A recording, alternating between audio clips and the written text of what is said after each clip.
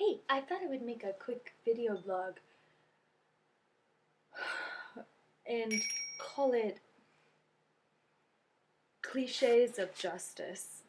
And I would say one of the most frequently used cliche of justice is Kafkaesque or Orwellian when it comes to absurd, what I think of as like theater of cruelty or theater of the absurd type behaviors. But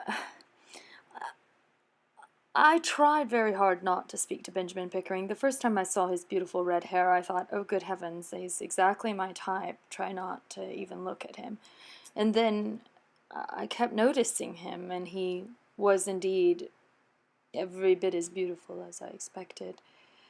And I finally got the courage to speak to him, and I wasn't planning on falling in love with a police brutality can of worms or health problems. He looked so beautiful to me, I thought he was just an average, healthy guy. Possibly too boring for me. But it turns out he's got a razor-sharp intellect.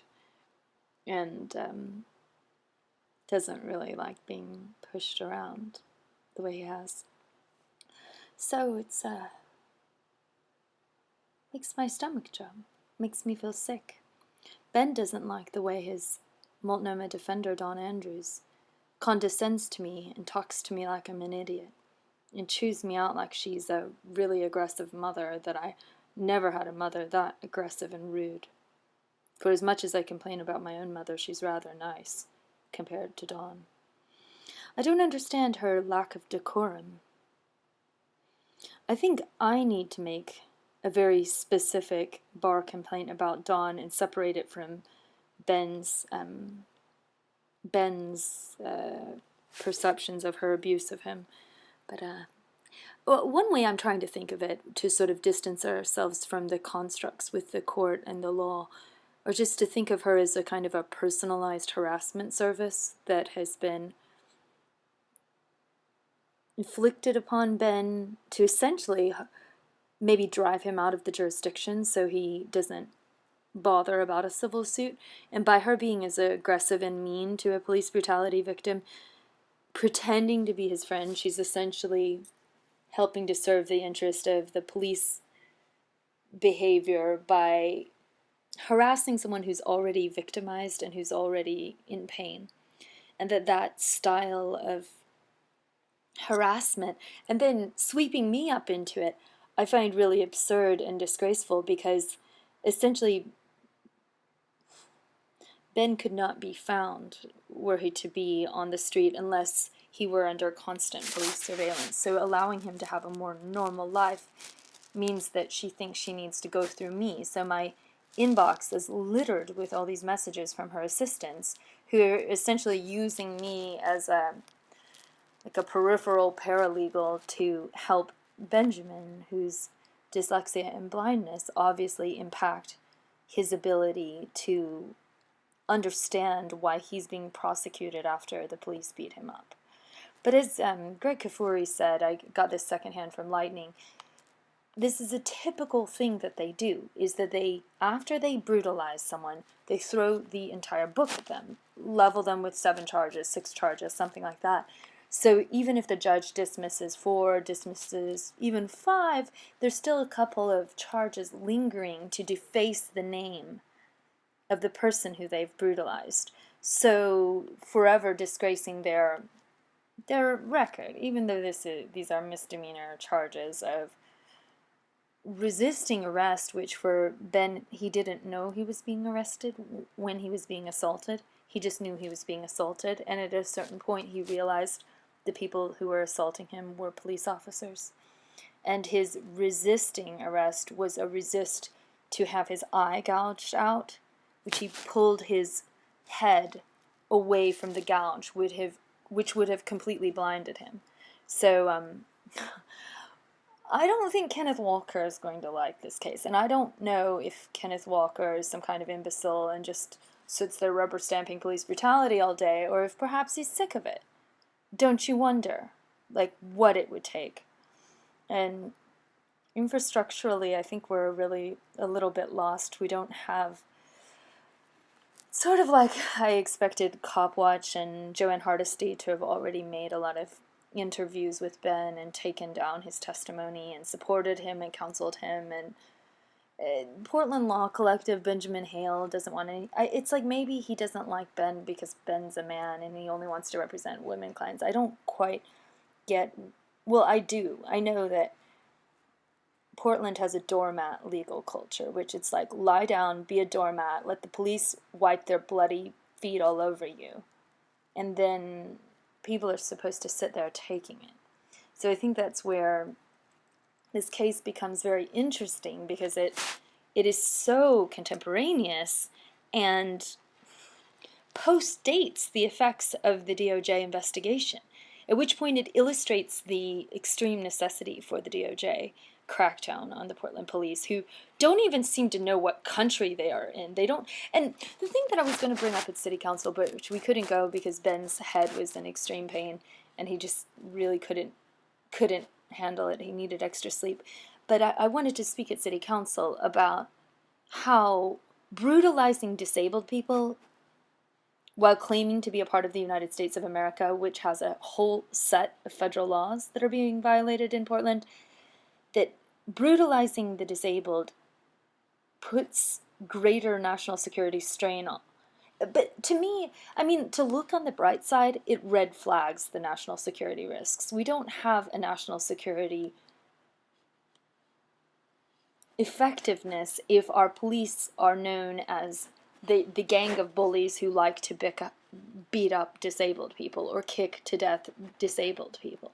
And that kind of reputation impacts everyone's ability to work together in terms of a natural disaster or some kind of problem like what happened with the Boston Marathon or that sort of thing. So to me, it's just utterly disgraceful that their vision is in the gutter.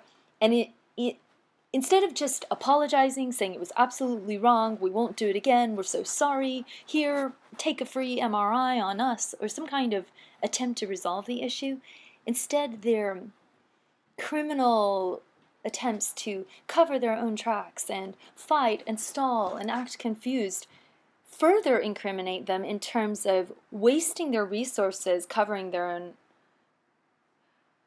bad behavior with this malicious prosecution against Benjamin, instead of immediately resolving it effectively and getting on to the greater posture of attempting to reconcile their horrendous image with the public and reconcile that through very clear preventative legal evaluation of every kind of policy violation. So it's kind of really disturbing to see such lack of leadership and so much concerted cronyism within the little Portland, Oregon crony network of doctors who refuse to treat police brutality victims, police who refuse to investigate medical malpractice, police who beat, public defenders who pretend no police brutality ever happened in the city of Portland. It's just very idiocracy. But overall, despite the harassment of it, I think in a sense the challenge of it, which is to break through some of the ice that is just encrusting this corruption, is such that we've made some friends and allies. We've got friends in Wyden's office. Loretta Smith loves Benjamin Pickering. I kind of think some people in City Council actually like us and get us, and they realize that we're trying to hit the home run where we've only got to third base. And that's where it's really time for a systemic change.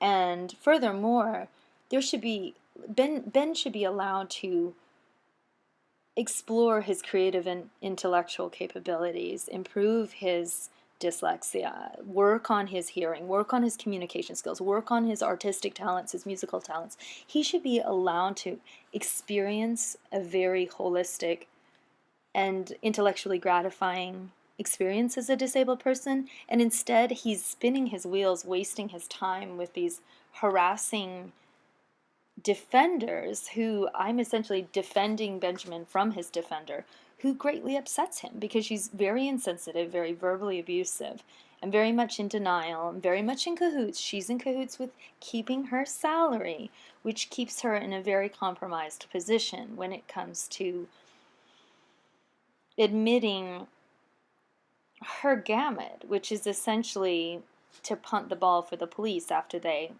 beat people. She slaps them into plea bargains. And she's basically not much different than a police officer herself at this point, I realize. And I think my great attraction to criminal defense law has just been utterly shattered when I see the kind of shoestring budget they have and falling apart office and very unglamorous. Like, I could not work under Dawn Andrews. She's incredibly domineering, incredibly rude, incredibly aggressive, judgmental, and frequently wrong. She can't even interpret a sentence I write.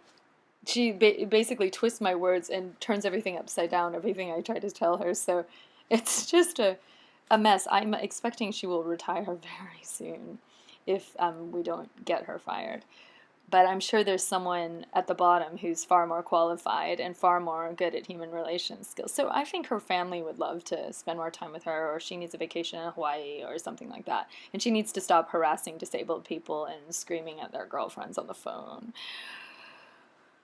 Ugh, I just don't like her. I don't like America, much less this side of the disastrously wrecked colonies. But what else on the plus side is that I think Benjamin's becoming stronger, and he's getting a handle on how much the systemic patterns of abuse that killed James Chass are working in his disfavor, and that the system has not been dismantled enough for the machinery of evil to be exposed. And I'm very inspired by the ACLU lawsuits against the public defenders in Washington state who have been misrepresenting their clients. And I see the atmosphere is prime for that kind of suit here in Portland, that the abuse I've seen Benjamin receive from the public defenders is really atrocious, and their denial of his disability needs is very much a federal crime that needs to be investigated. And I see that he's been denied the right to counsel, and essentially, or it's just so horrific. And it was sort of like, oh wow, you have a public defender, to, oh no, your defender is a monster and is cruel and rude and mean to you, which just further compounds the suffering from the police brutality. So it's been a kind of a hard road, I would say, but Benjamin made me lunch. He made me tofu dogs, very salty mashed potatoes, and veganese with some beautiful crumbles of bread, which he described as I ripped the guts out from the bread next to some hummus. And I feel better after eating and sharing with the public. And as for FISA, when such severe human rights crimes are being undertaken by local, city, county, or even federal officials, but I would say the local and the city officials that are violating federal laws for purposes of federal investigation, recording phone calls with the person violating the rights of an American citizen who is an American with disabilities, basically is a legal gamble in which I place higher preeminent importance on the constitutional rights and the Americans with Disability Act rights, which are constantly being violated by the Multnomah defenders. And in recording the conversations which capture the abusive tone and the HIPAA violation right and the ADA rights that are being violated, it is a worthy sacrifice towards making better climate and legal climate for the disabled who are abused in the system. And I doubt that Benjamin Pickering is the first disabled person to be abused by Dawn Andrews of the Multnomah Defenders Misdemeanor Department. So I see it as for the good, pro bono.